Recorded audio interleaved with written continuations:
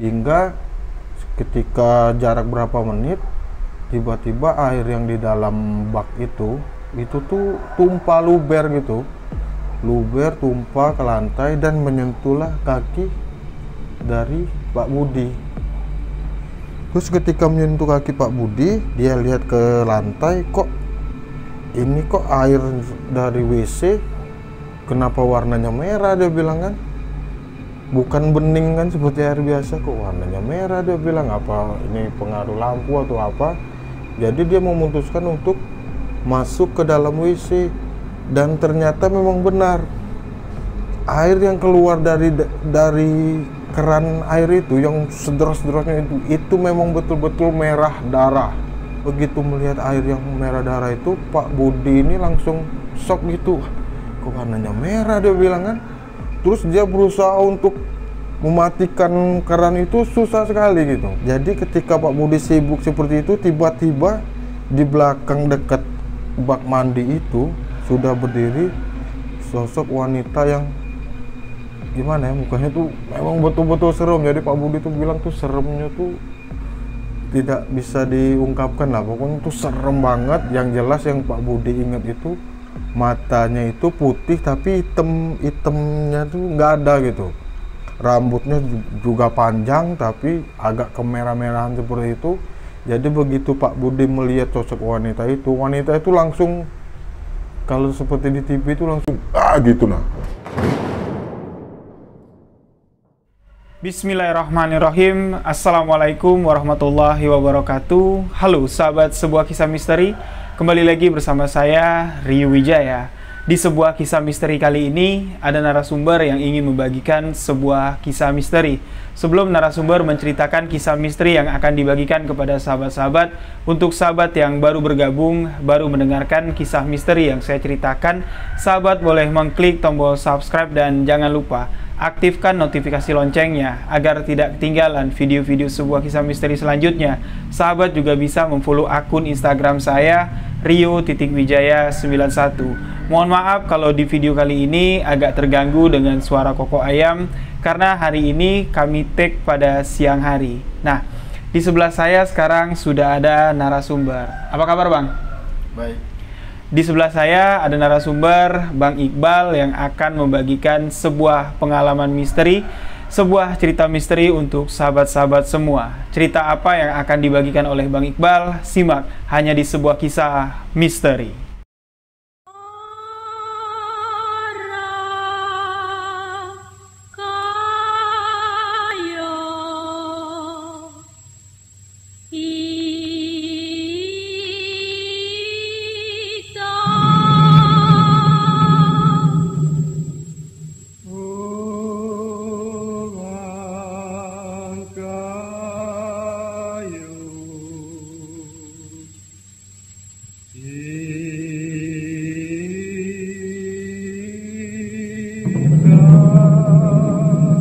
Baik, assalamualaikum warahmatullahi wabarakatuh.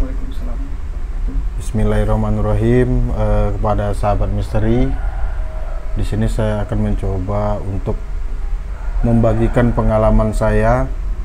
Sebenarnya bukan pengalaman saya, tapi pengalaman dari teman saya, di mana ini ada kisah misteri yang menurut saya sangat menarik, dan ini memang betul-betul kisah nyata yang terjadi di lingkungan dari teman saya itu. Jadi awal cerita itu pada saat teman saya, dia itu kan ada tinggal di rumah kontrakan. Jadi rumah kontrakan itu dahulu itu penghuninya, pemiliknya itu bernama Pak Luki. Jadi Pak Luki ini, dia ini adalah mantan dari tentara gitu, mantan dari tentara. Terus dia memutuskan untuk menjual rumahnya beserta, kalau di tempat saya itu kontrak itu namanya bedeng. Jadi bedengnya itu ada 3, bedeng 1, bedeng 2, dan bedeng 3 itu dijual sama Pak Luki. Dijual lalu dibeli dengan seorang bapak bernama Pak Arianto. Tapi ini pesan dari teman saya, kalau bisa namanya itu harus samarkan aja kan. Oh, jadi Pak Arianto dengan Pak Luki ini namanya sudah disamarkan Bang ya? Benar, Oke. karena kan kita privasi orang itu. Aha. Terus langsung saja pada saat dijual itu Pak Arianto merasa bahwasanya tuh harga jual itu kan murah gitu, dapat lagi kontrakan 3 pintu kan, jadi ya dibelilah dengan Pak Arianto. Cuman pada saat Pak Arianto membeli rumah beserta kontrakan itu, ada desas-desus dari warga di sekitar bahwasanya salah satu dari kontrakan situ tuh terkenal sangat angker sekali gitu. Tapi Pak Arianto itu menganggap bahwasanya sudahlah, itu mungkin cuman mitos aja kan, lantaran dijual rumahnya murah, terus akhirnya dibelilah dengan Pak Arianto. Ketika dibeli, bedeng 1 dan bedeng 2 itu selalu diisi, sementara bedeng nomor 3 ini kok kosong terus gitu, kosong terus. Ternyata dari warga sekitar, mitosnya itu tuh yang bedeng nomor 3 itu sering banget nemuin yang namanya penampakan wanita tuh. Kalau sudah menampakkan wujudnya itu tuh memang betul-betul menampakkan dirinya gitu. Jadi itu sudah booming banget di warga situ bahwasanya rumah itu angker gitu kan. Jadi nggak ada satupun orang yang mau ngontrak di tempat bedeng nomor 3 itu. Tidak ada satupun orang yang mau tinggal di bedeng nomor 3, hingga pada saat itu Pak Arianto memutuskan untuk supaya memutus mitos itu, dia pun mencoba untuk tinggal di situ. Dia ingin buktikan kepada warga bahwasanya semua anggapan warga tentang rumah angker yang nomor 3 itu tuh sebenarnya itu salah. Jadi Pak Arianto bilang ke warganya, itu tuh cuma mitos, nanti biar saya aja deh yang tinggal di situ kalau kalian nggak percaya, gitu kan. Terus kata warganya, yuk Pak, silakan gitu. Terus Pak Arianto tinggallah dia di rumah itu satu hari dia tinggal di situ. Dan Pak Arianto mencoba untuk tidak tidur karena dia pengen buktiin nih bahwasanya di rumah kontrakan nomor 3 itu kira-kira ada nggak sih penunggunya gitu kan. Disiapin lah kopi, buku. Terus kan Pak Arianto itu kan hobi baca kan, jadi dia nggak mau tidur. Pokoknya dia pengen tahu apa benar sih di rumah kontrakan nomor 3 ini ada penghuninya gitu. Ternyata sampai besok pagi itu sama sekali nggak terjadi apa-apa di rumah kontrakan nomor 3 itu. Sama sekali nggak ada terjadi apa-apa, baik itu suara, penampakan atau apapun tuh tidak terjadi apa-apa. Hingga pada keesokan harinya Pak Arianto bilang ke warganya bahwasanya semua mitos itu tuh salah, dia bilang. Soalnya saya sudah tinggal di situ tapi nggak ada apa-apa, dia bilang kan. Terus warganya bilang, kalau memang nggak ada apa-apa Pak, coba Bapak tinggal lagi di situ sehari 2 hari. Ya Pak Arianto yang nggak mau kan, dia nggak mau. Pokoknya saya sudah tinggal di situ nggak ada apa-apa, jadi ya ini kontrakan tetap saya kontrakan, dan saya sudah memutus mitos kalian semua bahwasanya di sini angker dan saya tinggal situ memang tidak terjadi apa-apa, dia bilang. Jadi walaupun Pak Arianto sudah tinggal di situ selama 1 hari nggak terjadi apa-apa, tapi rumah itu tetap tidak ada orang yang mau menempati. Tidak ada orang yang menempati. Sampailah jarak mungkin sekitar 6 bulan 7 bulan rumah itu kosong. Jadi Pak Arianto nih, gimana lagi nih caranya gitu kan supaya orang mau tinggal di situ. Hingga pada akhirnya Pak Arianto bilang, ya udah deh, nanti kalau seandainya ada orang yang mau tinggal di kontrakan nomor 3, mungkin bayarannya nggak sama dengan yang kontrakan nomor 1 dengan nomor 2, dia bilang. Saya potong deh 50%, dia bilang kan. Kalau ada yang mau, saudara siapa yang mau tinggal di situ silakan, nanti bayarnya 50% aja, dia bilang kan. Mungkin kabar pemotongan diskon dari sewa itu ada yang denger nih. Jadi ini ada orang dari daerah lain kebetulan singgah di daerah Pak Arianto itu. Kebetulan dia di daerah Pak Arianto itu berjualan ini apa, bubur kacang hijau. Namanya kita sebut aja Pak Budi. Jadi Pak Budi ini dia datang ke rumah Pak Arianto. Dia bilang dengan Pak Arianto, "Pak, saya mau deh tinggal di rumah apa kontrakan yang nomor 3 itu," dia bilang kan, "asalkan bayarannya kan 50%," dia bilang. Ya udah, nggak apa-apa, kata Pak Arianto. Akhirnya Pak Budi tinggal di rumah kontrakan nomor 3. Satu hari Pak Budi tinggal di situ, itu memang nggak terjadi apa-apa, sama ya persis yang dialami oleh Pak Arianto. Hingga warga di situ kan pada kepo nih, pada nanyain ke Pak Budi kan besok paginya kan, "Pak, tinggal di situ gimana Pak? Ada ini nggak Pak, lihat penampakan nggak?" Lihat ini. Dia bilang nggak ada apa-apa, dia bilang nggak ada yang hal-hal yang aneh-aneh, dia bilang kan. Terus masuk ke hari kedua, hari ketiga, keempat, sama sekali nggak ada apa-apa. Terus warga mungkin beranggapan, mungkin setannya ini sudah kabur mungkin, barangkali kan. Jadi ya sudahlah, mungkin warga sudah ini juga, sudah rasa takutnya sudah mulai hilang. Tapi masuk ke hari ke-10, ketika Pak Budi apa tuh, dia kan kalau subuh kan suka masak apa nih namanya, kacang hijau. Ini kejadiannya malah subuh jam 4 atau jam setengah 5. Jadi ketika Pak Budi lagi ngerebus kacang hijau di dapur gitu, tiba-tiba air di dalam WC, air kerannya itu keluar sederas-derasnya gitu nah. Pokoknya keluarnya tuh sangat deras sekali.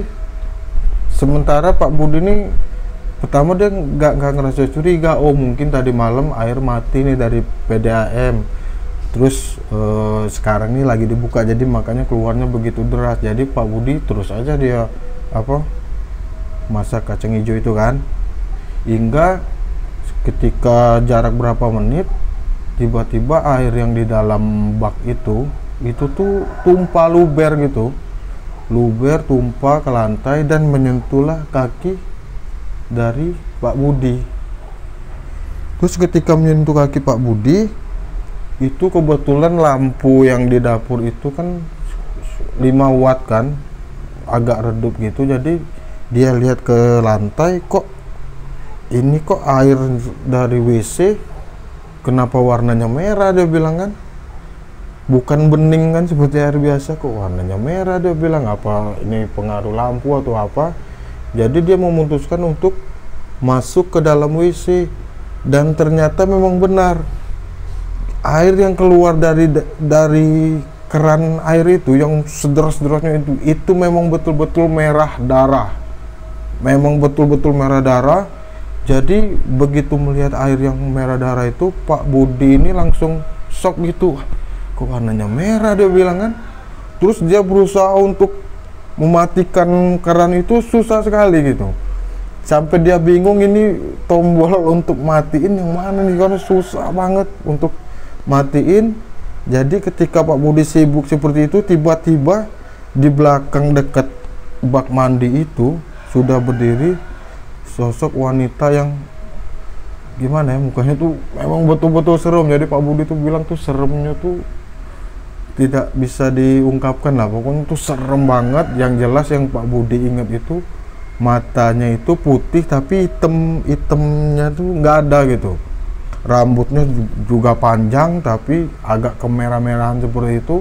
Jadi begitu Pak Budi melihat sosok wanita itu langsung, kalau seperti di TV itu langsung gitu nah, langsung gitu kan. Terus Pak Budi itu langsung hilang nyawanya, dia tuh langsung pingsan di tempat, langsung jatuh di dalam WC. Jadi singkat cerita, esok harinya itu warga tuh curiga nih dengan Pak Budi, kok dia nggak keluar dari rumah, Sementara gerobak dari bubur kacang hijaunya itu masih ada di teras rumah kan. Pagi, siang, sampailah sore kok nggak ada keluar-keluar. Jadi ada teman saya kebetulan kan, dia kontrak di samping rumah Pak Budi itu kan, yang Baideng nomor 1. Jadi dia tuh mencoba ngedor pintu rumah Pak Budi itu nggak dibukain, terus diintip dari kaca juga nggak ada di tempat tidur kan.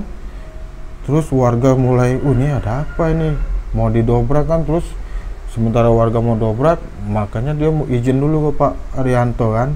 Dia bilang, Pak, ini kayaknya ada kejadian yang aneh di dalam rumah, soalnya Pak Budi ini nggak keluar. Akhirnya Pak Arianto bawa kunci serep.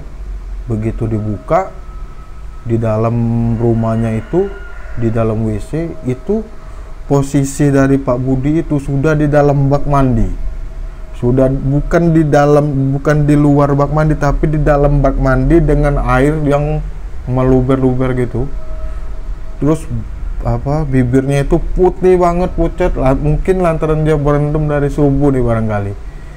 Nah, terus warga panik, akhirnya Pak Budi diangkat dan dibawalah ke rumah sakit kan. Begitu tiba di rumah sakit, Pak Budi dirawat di situ, diopname mungkin sekitar 5-6 hari, masih belum sadar juga. Jadi Pak Arianto maupun warga pengen tahu nih kejadian apa sih yang dialami Pak Budi kok dia sampai seperti itu kan. Jadi jarak mungkin sekitar seminggu di rumah sakit, Pak Budi pulang lagi ke rumah. Tapi ketika pulang ke rumah, sebelum malam Pak Budi itu langsung ngomong ke Pak Arianto bahwasanya dia tuh pengen pindah. Pak, saya pengen pindah Pak dari rumah di sini, dia bilang kan. Terus kata Pak Arianto, wah, Pak Budi di sini baru 15 hari, dia bilang kan. Sementara Pak Budi sudah bayar 50% gitu kan. Terus kata Pak Budi, Bapak ambil aja uangnya, yang 50% yang saya setor ke Pak Arianto, ambil aja Pak, yang penting saya pindah, dia bilang gitu. Tapi Pak Budi itu tidak mau menceritakan apa yang terjadi gitu. Terus Pak Arianto akhirnya membawa Pak Budi ke rumah dan bicara 4 mata kan. Bicara 4 mata, dia bilang, Pak, emangnya ada apa? Dia bilang, kok Bapak tiba-tiba masuk ke dalam bak ini gitu kan. Terus kata Pak Budi, tanpa sepengetahuan warga, dia ceritalah kejadian yang kemarin itu. Dia melihat sosok wanita yang menurut dia sangat menyeramkan lah di dalam hidup dia, karena dia nggak pernah nemuin hal yang seperti itu baru di rumah itu gitu. Jadi dia bilang, ini ada sosok wanita Pak yang ini. Akhirnya Pak Arianto mengerti. Terus Pak Arianto nggak mau ngambil uang Pak Budi semuanya. Akhirnya uang Pak Budi dikembalikan sekitar 1.500.000, karena kan setahun kan kata teman saya itu 4 juta, jadi 50% 2 juta. Jadi Pak Arianto cuma nerima 500.000 dari Pak Budi. Terus ketika Pak Budi meninggalkan rumah itu, warga nih jadi ini lagi nih, jadi apa, wah ini rumah ini pasti serem lagi nih, nggak mungkin nih Pak Budi bisa cabut, nggak sampai setahun baru 15 hari sudah cabut kan, ini pasti ada apa-apa dengan rumah.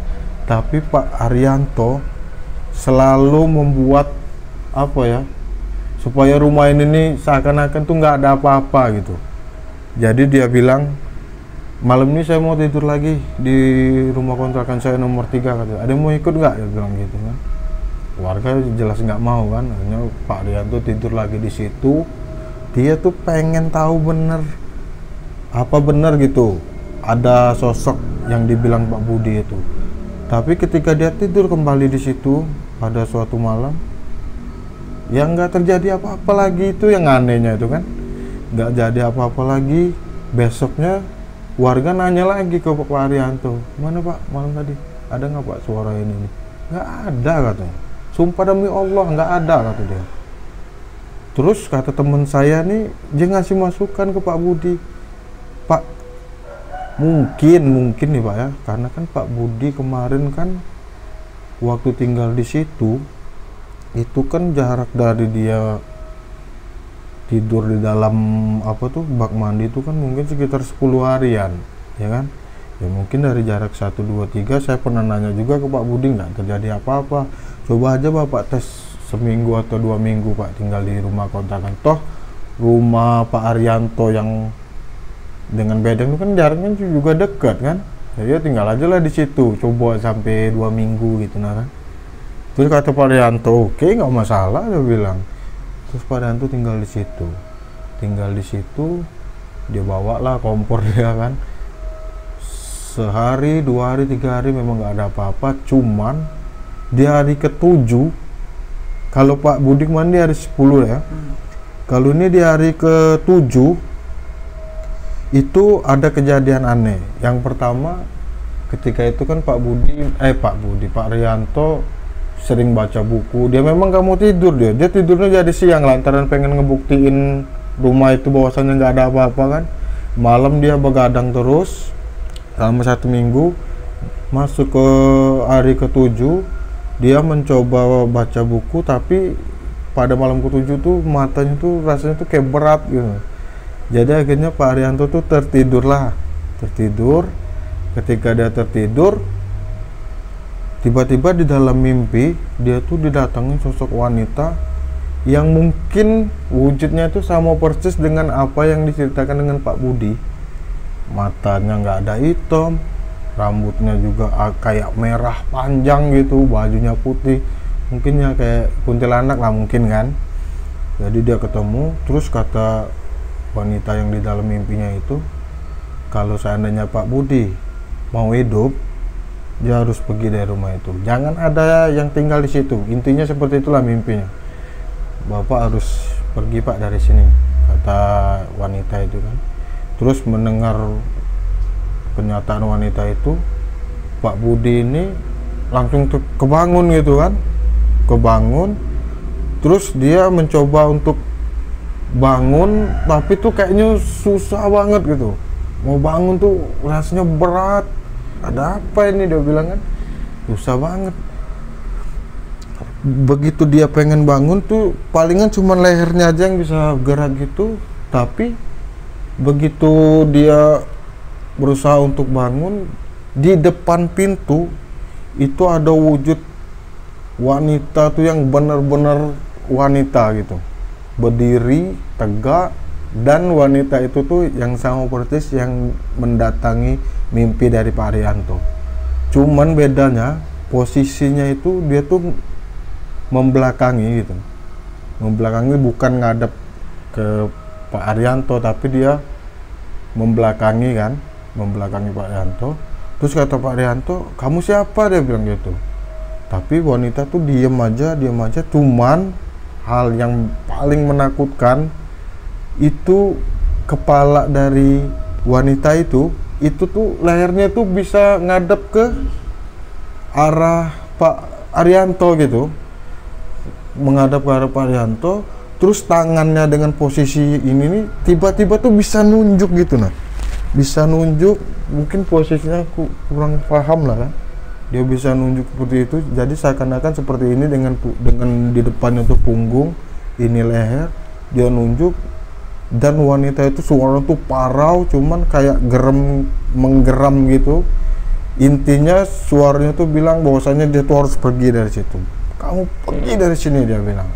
Kalau kamu tidak pengen mati, pergi. Cuman dia tuh ngomongnya tuh kayak gerem gitu. Tapi Pak Arianto paham gitu kan dengan apa yang dia omongin. Akhirnya Pak Arianto menyenderkan lehernya lagi ke bantal. Terus Pak Arianto menjemin mata. Akhirnya dia membaca ayat Al-Quran. Apapun ayat Al-Quran yang dia hafal tuh dibaca semua tuh dengan Pak Arianto. Ayat kursi, Yasin, semuanya dibaca. Tapi dia tidak mau lagi untuk membukakan matanya lagi kan. Baca. Akhirnya sampailah dia tertidur di tempat tidurnya Pak Arianto itu. Keesokan harinya ketika dia keluar dari rumah, ada lagi warga kan. Itu warga ini di tempat Pak Arianto tuh kepo-kepo.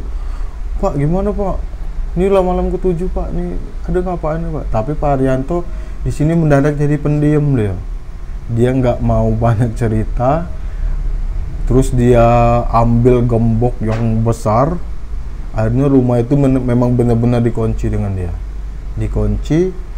Terus dia bilang ke warga bahwasanya rumah itu nggak bakalan dia kontrakin lagi. Pokoknya rumah ini nggak mau saya kontrakin. Terus warga ngomong, wah pasti bapak nih ngelihat yang aneh-aneh nih, dia bilang kan. Tapi Pak Arianto diam aja, dia nggak mau ambil pusing. Hanya Pak Arianto pulang ke rumah dan dia memutuskan untuk rumah kontrakan nomor 3 itu ditutup.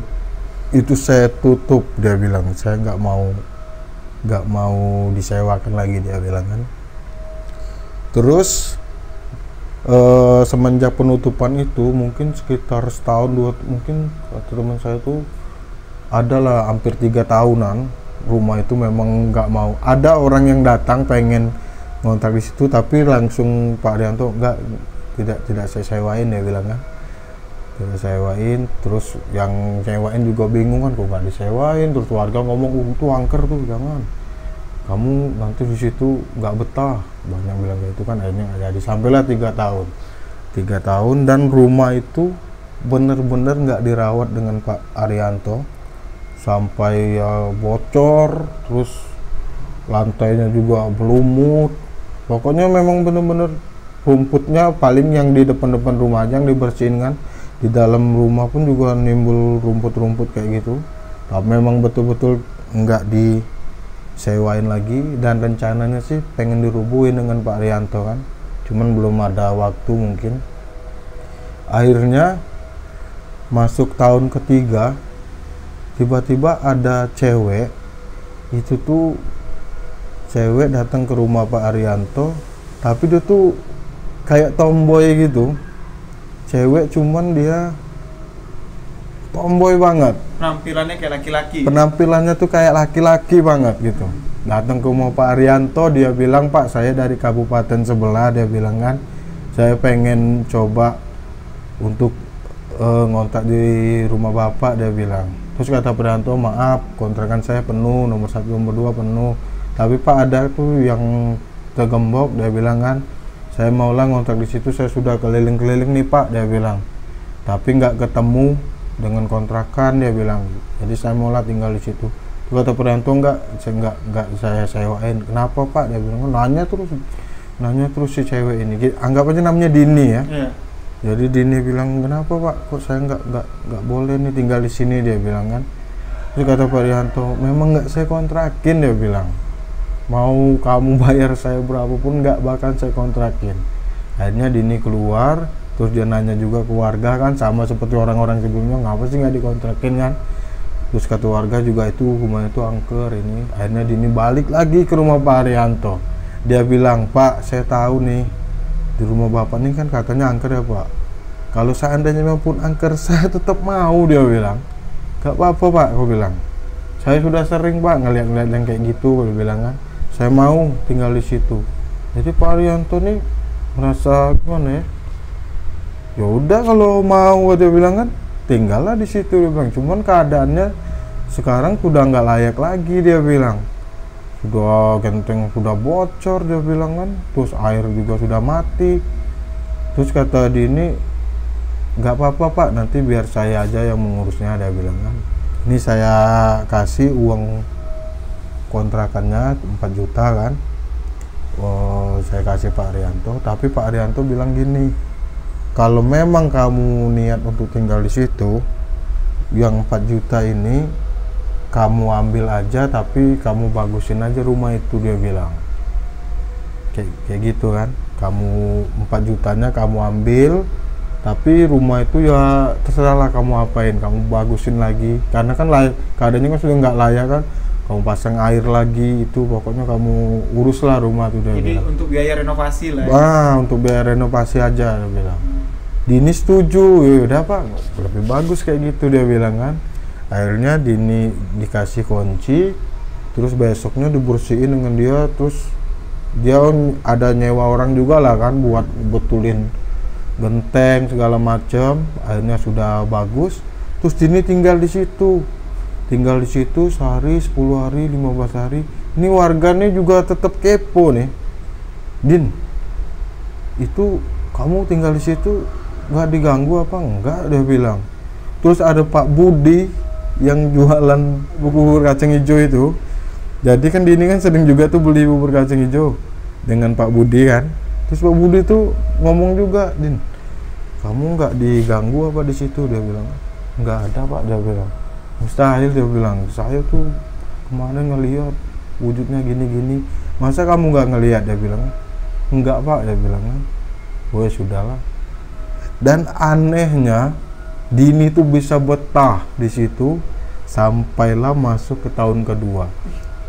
Iya, sampai betah dia di situ. Jadi tahun pertama itu kan dia bayar pakai renovasi tuh. Tahun kedua Pak Arianto ini sebenarnya nggak minta, cuman Dini ini tetap bayar gitu. Dia bilang kan, Pak Arianto ini saya sudah masuk tahun kedua, jadi saya mau memperpanjang. Dia bilang kan. Jadi Pak Arianto ini bingung kok. Jadi dia ngomong lagi dengan Din, kamu nggak pernah ketemu hal-hal yang mistis apa di situ? Dia bilang, nggak ada Pak. Dia bilang, saya aman-aman aja. Dia bilang gitu kan. Ini saya mau perpanjang. Jadi gara-gara Dini itu Pak Arianto tuh jadi kayak lega gitu. Wah, ini berarti rumah saya ini memang sudah nggak ada apa-apa lagi. Dia bilang kan. Terus sudah mulai gimana ya, Pak Arianto mulai optimis lah kan. Dibilang ke warga tuh, lihat Dini, dia tinggal di situ nggak ada apa-apa. Memang itu nggak ada apa-apa. Dia bilang kayak gitu kan, ngomong ke warga kan. Jadi warga, iya juga ya, kok Dini ini bisa betah. Akhirnya Dini tinggal di situ masuk tahun kedua. Sampailah tahun kedua tuh mau habis, mau masuk tahun ketiga. Jadi pas mau masuk tahun ketiga, Dini tuh pamit ke Pak Arianto. Dia bilang, Pak, saya mau pulang kampung. Dia bilang kan, mau pulang kampung. Terus saya nggak memperpanjang lagi di kontrakan Bapak. Dia bilang, oh ya nggak apa-apa kata Pak Arianto, kalau seandainya kamu mau pulang kampung. Dia bilang kan, tapi kamu nanti kesini lagi nggak, Din? Lihat Bapak. Dia bilang kan sudah kayak anak lah kan.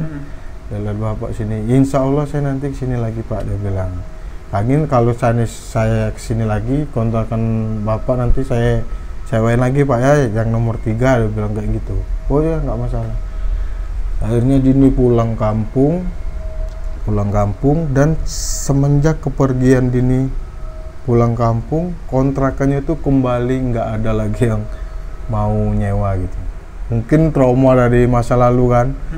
Ada kejadian aneh-aneh, jadi tetap kosong nih kontrakan Pak Arianto hingga masuk di mungkin bulan ke-7, bulan ke-8 itu ada seorang ibu-ibu dengan anaknya yang masih umur 3 tahun, sementara suaminya sudah meninggal. Jadi kita bilang aja nih Ibu Dewi ya. Ibu Dewi ini punya anak janda kan. Dia menghadap Pak Arianto bahwasanya dia pengen ngontrak rumah. Terus kata Pak Arianto, ada nih kontrakan nomor 3. Dia bilang kan, 1 nomor 2 sudah diisi, nomor 3. Tapi Ibu Dewi ini ada pernah dengar selentingan juga dari warga kan bahwa angka. Tapi Pak Arianto jadi yakin gara-gara Dini. Nggak ada. Dia bilang, itu cerita dulu. Dia bilang kan, kalau kamu mau tinggal di kontrakan nomor 3 tinggal aja, nggak ada apa-apa. Kalau seandainya ada apa-apa, dia bilang, kamu bayar aja saya 50%. Dia bilang, gak usah penuh, walaupun kamu bayar di muka, kamu ketemu kejadian apa-apa di kontrakan saya itu, kamu balikin aja deh 50%. Dia bilang gitu kan. Akhirnya Ibu Dewi setuju. Dia tinggallah di kontrakan nomor 3. Dan semenjak kepergian Dini, rumah kontrakan nomor 3 itu memang diurus lah tuh dengan Pak Arianto kan. Nggak kayak dulu, kalau dulu kan ditelantarinian kan. Tapi kalau sekarang memang udah diurus, jadi begitu masuk Ibu Dewi itu sudah enak kan, catnya sudah bagus. Jadi begitu Ibu Dewi tinggal di situ, dan memang nggak terjadi apa-apa. Sampailah masuk ke minggu ke-2. Minggu kedua tuh mungkin jaraknya sekitar 14 hari. Cuman yang aneh, ini Ibu Dewi ini nggak pernah diganggu, tapi anak dari Ibu Dewi ini itu dimasuk di minggu kedua, itu tuh sering banget kalau tidur malam-malam tuh Ibu Dewi tuh suka kehilangan gitu. Di kasur tuh suka nggak ada anaknya itu. Pokoknya setiap malam, jadi begitu Ibu Dewi terbangun malam, loh anak saya mana, dia bilang kan, anak saya mana, nyari, begitu keluar kamar di ruang tamu, anak itu lagi main tuh jam 2 malam, lagi main tuh seakan-akan ketawa, pokoknya tuh kayak ada main dengan seseorang gitu. Nah pokoknya main boneka ini, pokoknya kayak main, terus diangkatlah dengan Ibu Dewi, dia nangis gitu. Dia tuh kemarin nunjuk ante kayak gitu. Ante mana? Ante tuh maksudnya tuh tante gitu. Ante mana kata Ibu Dewi? Ante kata, nangis, pokoknya nangis, dibawa ke kamar. Jadi Ibu Dewi tuh ngeri dia kan, ih ante siapa ante. Akhirnya dibawa tidur, dipaksain tidur pokoknya dengan Ibu Dewi, akhirnya tidur juga. Malam besok pun kayak gitu. Terbangun malam anaknya nggak ada lagi. Duh, kemana anak saya? Di dapur lagi main pokoknya entah main dengan siapapun, siapa tuh nggak tahu gitu. Main dengan siapa tuh nggak tahu. Jadi main tuh memang betul-betul main. Diangkat lagi dengan Ibu Dewi. Jadi Ibu Dewi ini ngerasa ini main dengan siapa gitu. Terus begitu dibawa ke kasur, Ibu Dewi itu ada sempat ngomong juga pelan, cuman ngomong, jadi dia ngomong, wahai penghuni rumah, dia bilang kan, kalau memang kamu ada, tolong jangan ganggu anak saya, dia bilang. Saya masih kecil, dia bilang kan, tolong jangan ganggu, dia bilang kayak gitu. Saya minta tolong, saya takut nih, kata dia kan. Ujung-ujungnya Ibu Dewi tidur.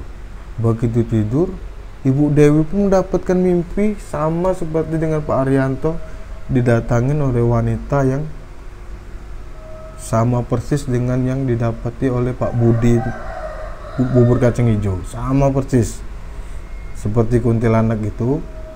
Terus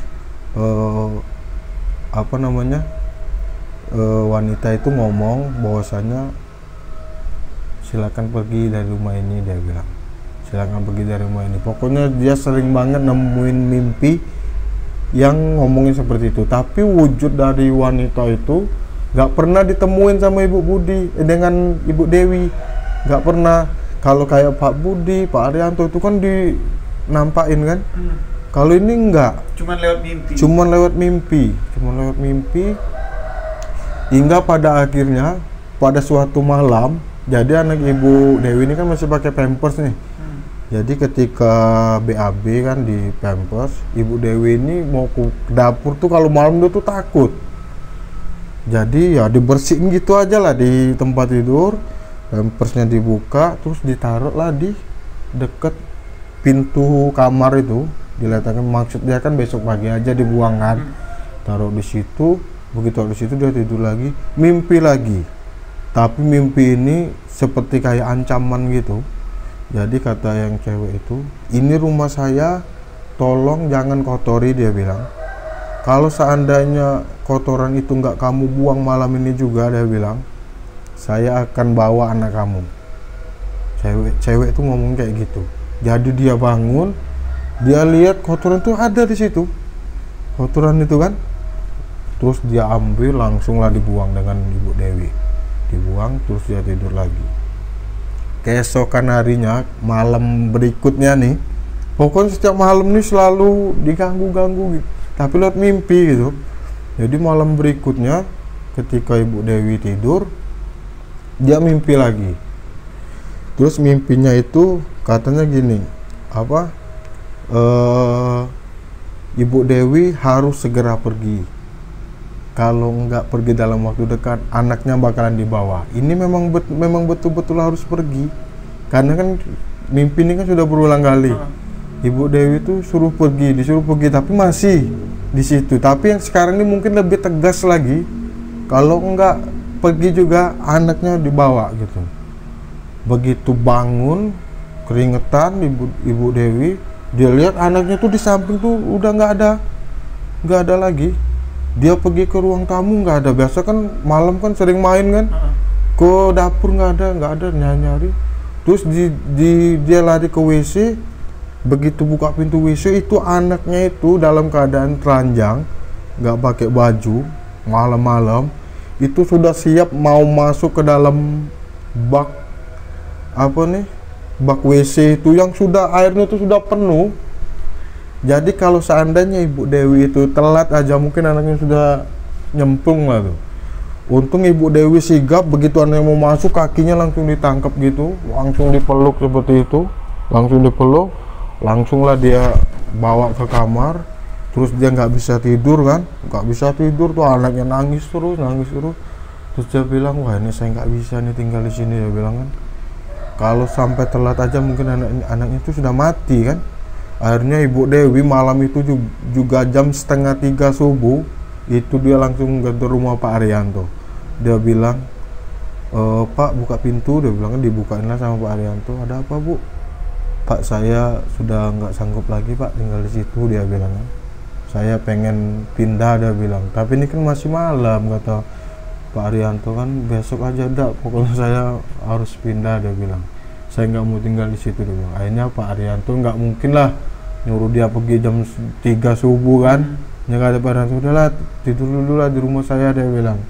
Tidur, begitu tidur besok pagi Pak Ibu Dewi bangun, terus Pak Arianto nanya lagi, ada apa Bu? Dia bilang, maaf Pak, dia bilang, saya memang nggak pernah nemuin kejadian yang aneh-aneh, dia bilang kan, wujud atau apa nggak pernah, cuman anak saya ini selalu diganggu, dia bilang.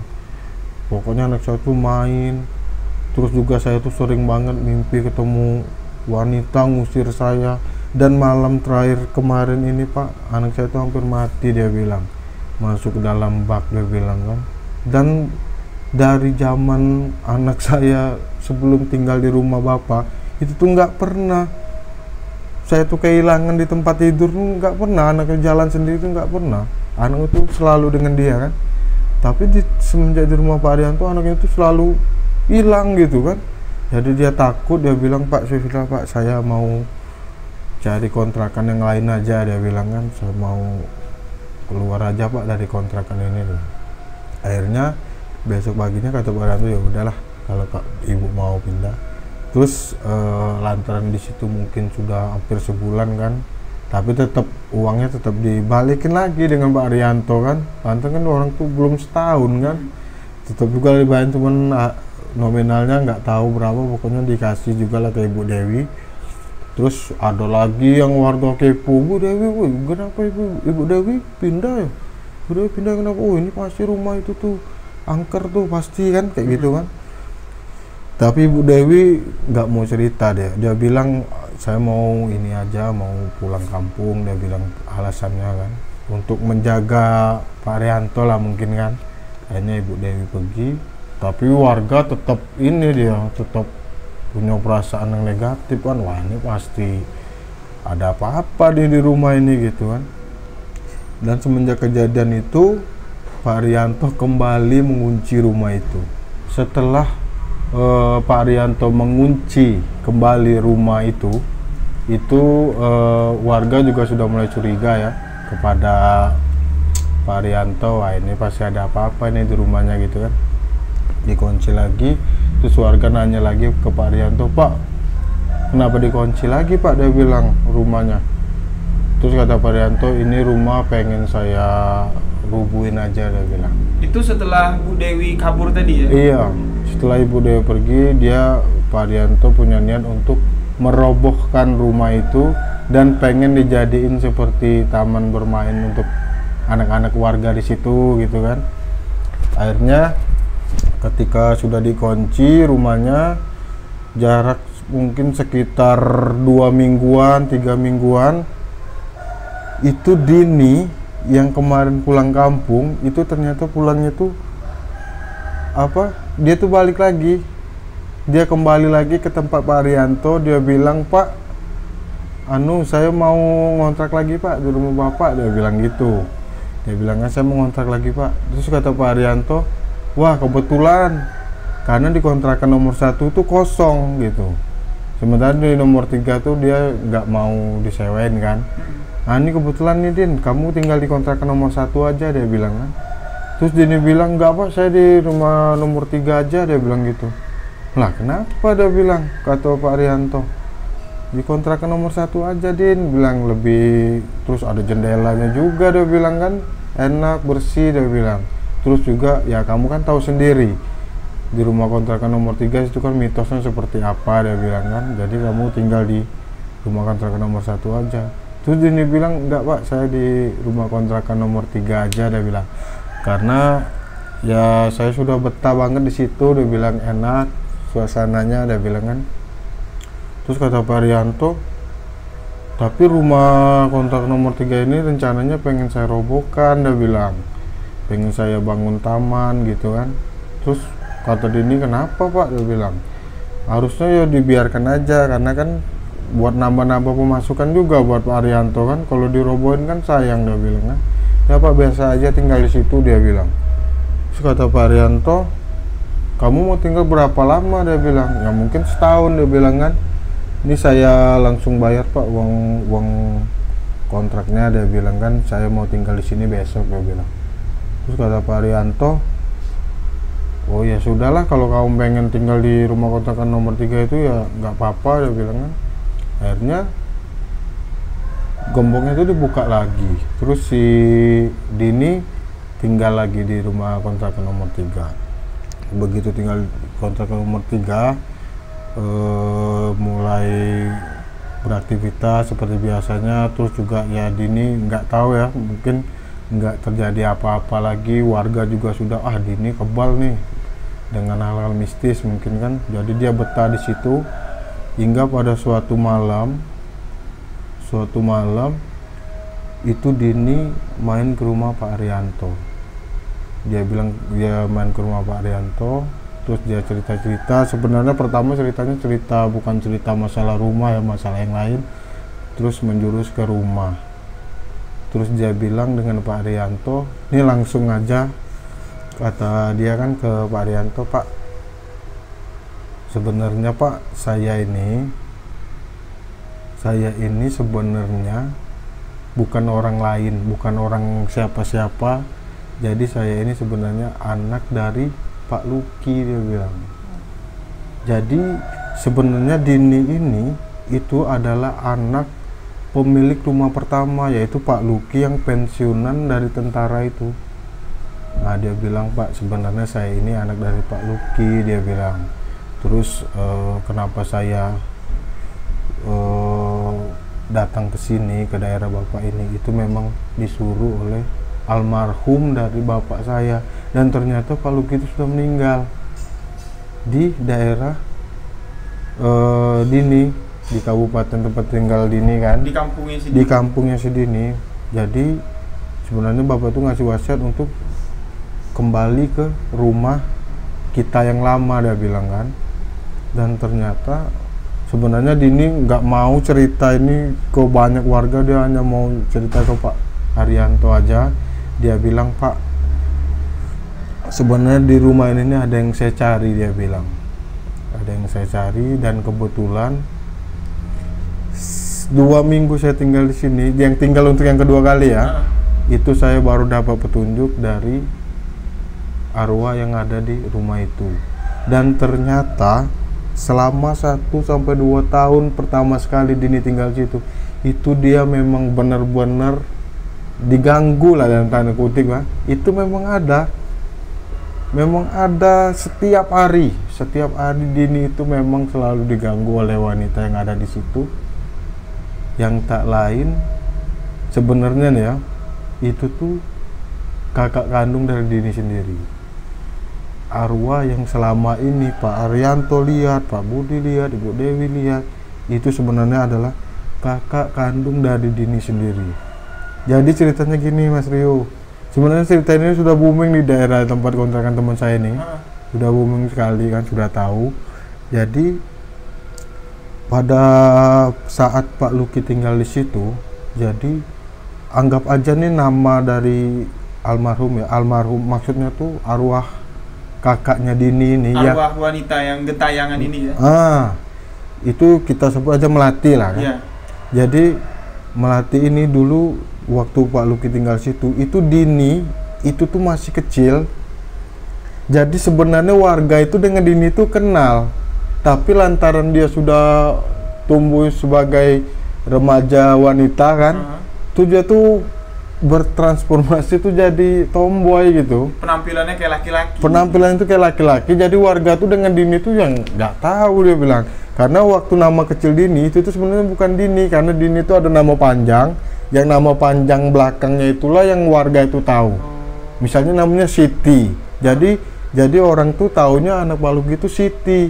Bukan Dini. Bukan Dini, karena Dini itu nama panjangnya misalnya Dini Siti Aminarti misalnya.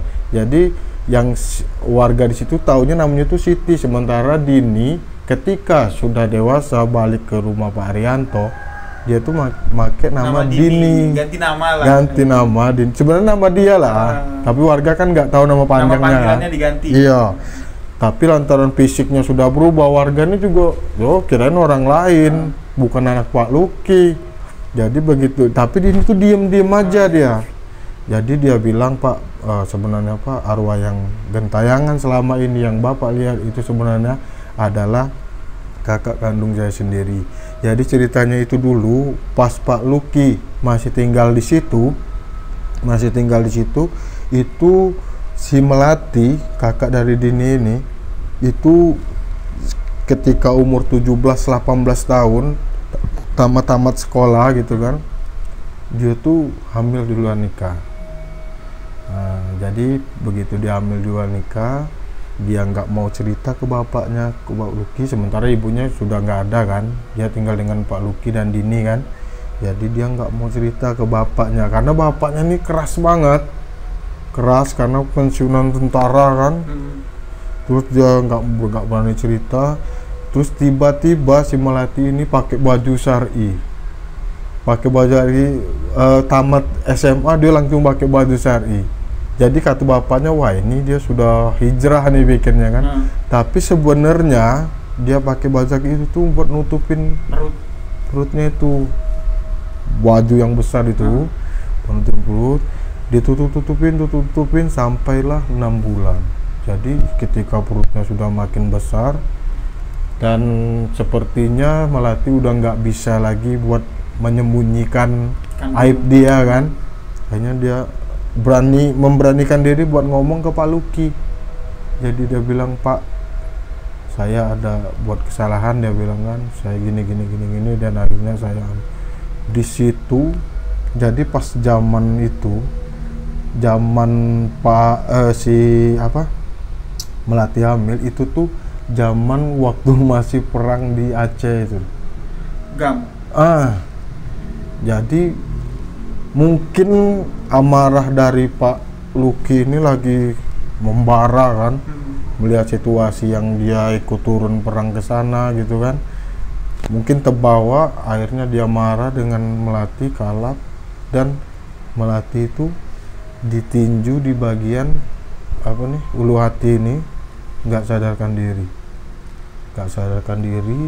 Pak Luki panik banget, nggak bangun, dan akhirnya ternyata terjadi pendarahan, terus kayak muntah darah gitu, dan akhirnya Melati meninggal di tempat.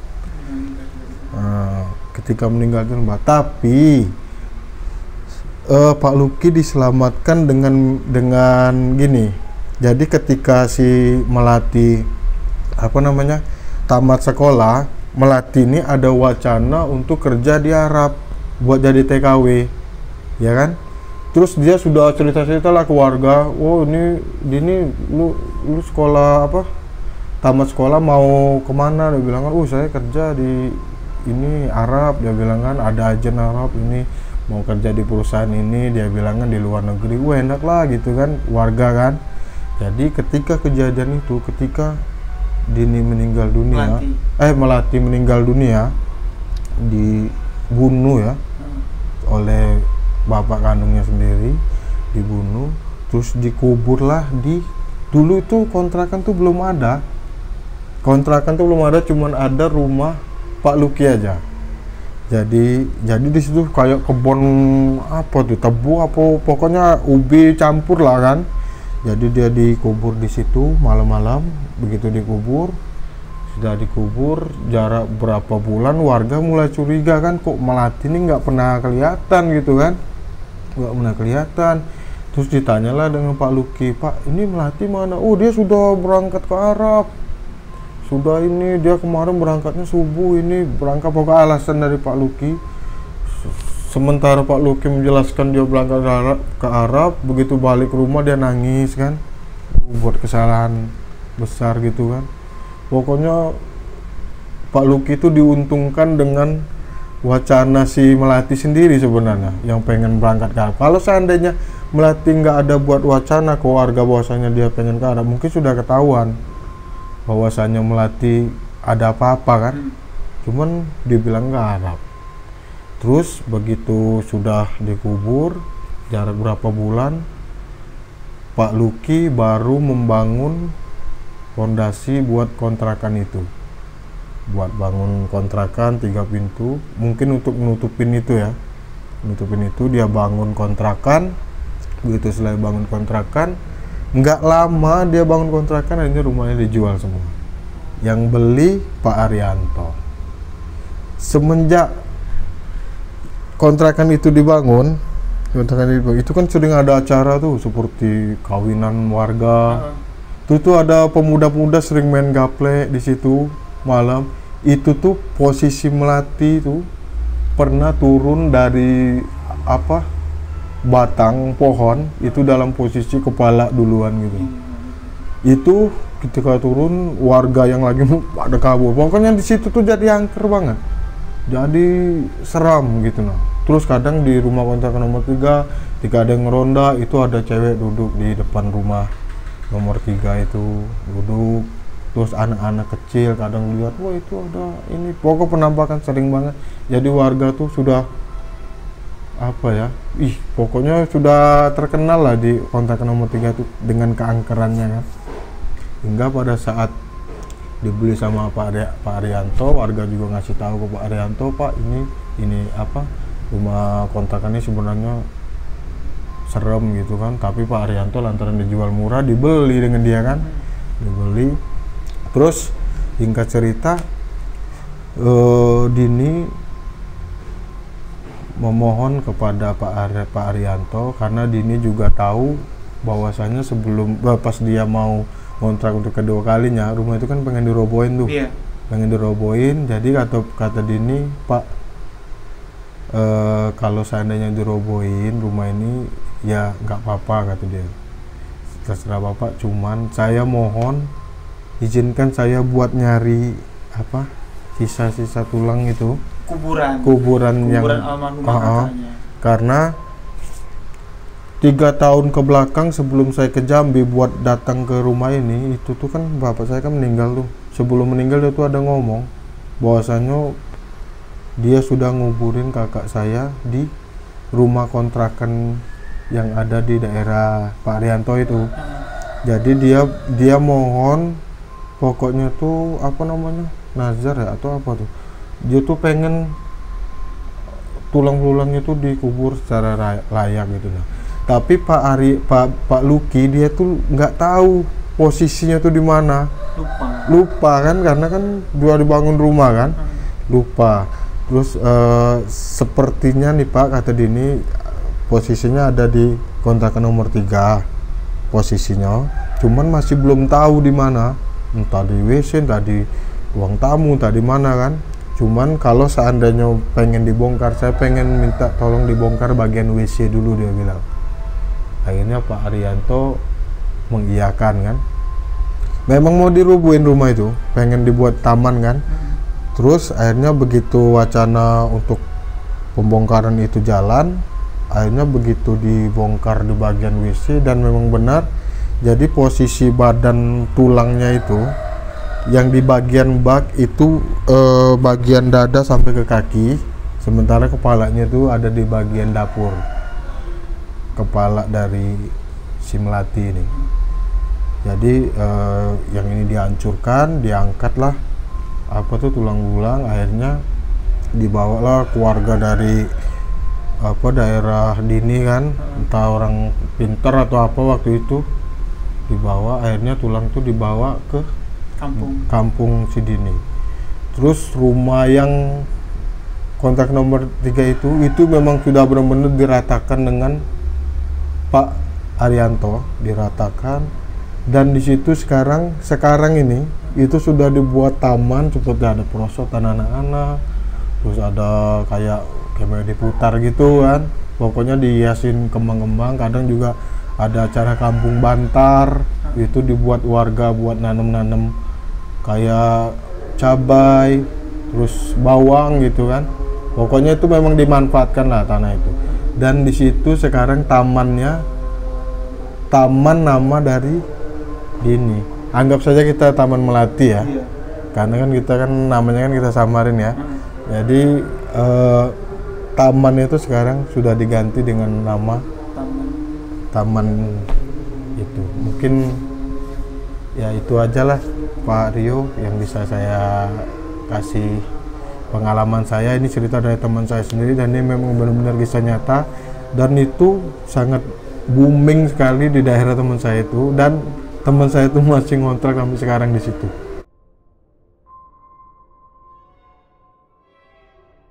Oke, demikian kisah dari Bang Iqbal yang membagikan pengalaman misteri yang dialami langsung oleh temannya Bang Iqbal yang ngontrak di kontrakan nomor 1 Bang ya? Nomor 3 ya? Iya. Dan temannya Bang Iqbal kan ngontrak di nomor 1 ya? Iya. Dan sampai hari ini masih ngontrak di sana? Masih. Tapi setelah kejadian tulang belulangnya diangkat, masih ada nggak kejadian-kejadian misteri di sana Bang? Oh, nggak ada lagi. Udah nggak ada lagi ya? Alhamdulillah ya. Jadi sahabat-sahabat yang mendengarkan kisah ini, marilah sama-sama kita turut mendoakan almarhumah yang sudah meninggal, karena dalam kematian atau dalam kejadian ketika beliau meninggal memang sebuah kejadian yang tidak wajar. Beliau tidak dimakamkan dengan layak. Jadi marilah sama-sama kita doakan agar almarhumah diterima di sisi Allah SWT, arwahnya pun dapat tenang di alam sana. Amin amin ya rabbal alamin. Demikian sebuah kisah misteri kali ini untuk sahabat yang punya pengalaman misteri, sahabat-sahabat yang ada di Jambi yang ingin berbagi seperti Bang Iqbal. Sahabat-sahabat bisa DM ke Instagram saya rio.wijaya91 dengan format narasumber. Untuk sahabat-sahabat yang ada di Jambi, ayo bagikan kisah misteri yang sahabat alami.